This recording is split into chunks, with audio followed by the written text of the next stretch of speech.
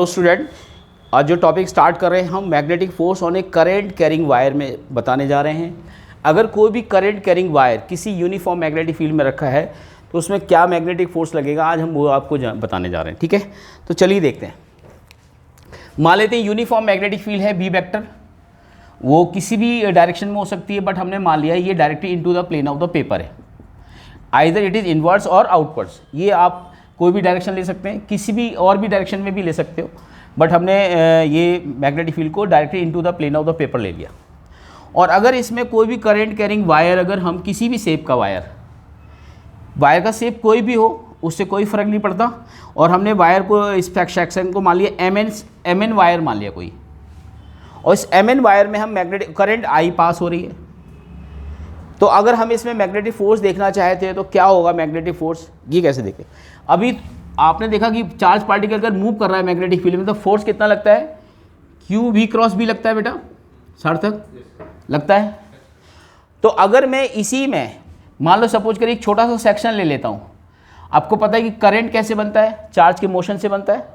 ठीक है, तो अगर मैंने छोटा सा करंट एलिमेंट वेक्टर ले लिया, करंट एलिमेंट वेक्टर को ऑलरेडी मैं एक्सप्लेन कर चुका हूँ, आईडीएल वेक्टर को करंट एलिमेंट वेक्टर लेते हैं, कहीं भी ले सकते हो करंट एलिमेंट वेक्टर। वायर का शेप मैंने इरेगुलर ले लिया, क्या ले लिया, मतलब किसी भी शेप का वायर हो आपको उससे परेशान नहीं होना है। अभी देखते हैं रिजल्ट क्या आता है। तो हमने कोई एक एलिमेंट मान लिया जिसको आईडीएल बोल दिया।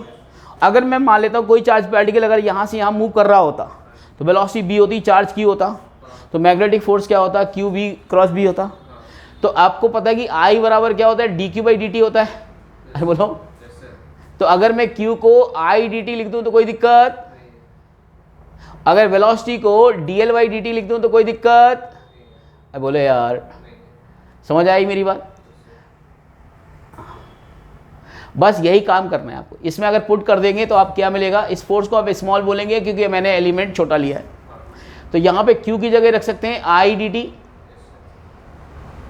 और ये हो जाएगा आपका आई डी टी, और वेलोसिटी की जगह ले सकते हैं क्या, dl बाई डी टी, बोलो ना यार, into V cross into cross B. तो dt से dt कैंसिल आउट हो जाएगा, तो क्या आएगा, I D L cross B. Now we have come to the point, we have come to the I D L cross B, यानी इस छोटे से एलिमेंट में जो फोर्स लगेगा वो I D L cross B लगेगा। क्या लगेगा बेटा, आर अंडरस्टूड बच्चों। अब जरा देखिए, अगर मैं पूरे सेक्शन में फोर्स निकालना चाहता हूं तो मैं क्या करूंगा, इसको इंटीग्रेट कर दूंगा। क्या कर दूंगा, इंटीग्रेट करूंगा, तो I D L cross B. अब जो कांस्टेंट है वो इंटीग्रेशन से बाहर आ जाएगा, तो हम इसको ले सकते हैं I integration D L cross B. Integration के अंदर वही है जो वेरिएबल है, मैग्नेटिक फील्ड तो कांस्टेंट इसलिए बाहर ले लिया।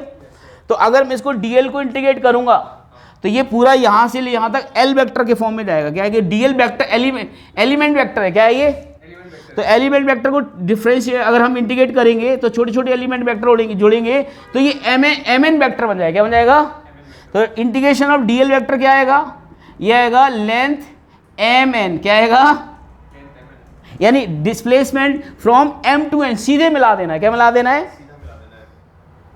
तो आपको बीच की कोई लेंथ से कोई मतलब।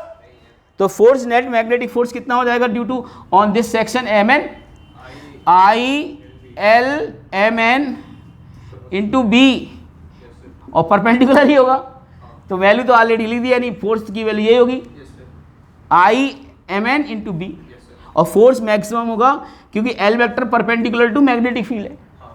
अब इसका डायरेक्शन देखना है, तो डायरेक्शन कैसे देखते हैं जरा देखिए। अगर इसका डायरेक्शन देखना है तो बहुत आसान है। अब डायरेक्शन देखना है तो अब आप देखिए यहाँ पे अगर डायरेक्शन देखना तो यहाँ पे करंट एलिमेंट वेक्टर की नेट डायरेक्शन क्या होगी, एम एन, यानी एल वेक्टर की जो नेट डायरेक्शन होगी वो M N along M N होगी। क्या होगी, एलोंग एम एन। अब एम एन मान लो जो भी डायरेक्शन है, अब एम एन की डायरेक्शन ये हो गई और मैग्नेटिक फील्ड अंदर है, तो अब अगर डायरेक्शन निकालना है तो इसको मान लो थोड़ी देर के लिए एक्स एक्सिस मान लो, क्या मान लो इसको, और नेगेटिव वाई जेड एक्सिस को के माइनस के कैप मान लो। तो अगर फोर्स का डायरेक्शन निकालना है मैग्नेटिक फोर्स तो कितना बन जाएगा, आई, ये बन जाएगा एल, और क्या बन जाएगा I cross minus K into B vector. बोलो यार, तो कितना बन जाएगा I L B. I cross K क्या होता है, माइनस से, और माइनस लगा तो प्लस से, यानी इसमें जो फोर्स लगेगा ऊपर की तरफ लगेगा, कि अगर ये एक्स एक्सिस है नीचे की तरफ नेगेटिव, जेड एक्सिस है तो ऊपर की तरफ क्या होगा, वाई एक्सिस नहीं होगी। अब बोलो ना यार, तो ये फोर्स कहाँ लगेगा ऐसे, यानी पूरे एलिमेंट में फोर्स कहाँ लगेगा, अलोंग वाई एक्सिस। तो डायरेक्शन देखना आसान हो गया कि नहीं, आई बात समझ नहीं आई, होप यू अंडरस्टैंड।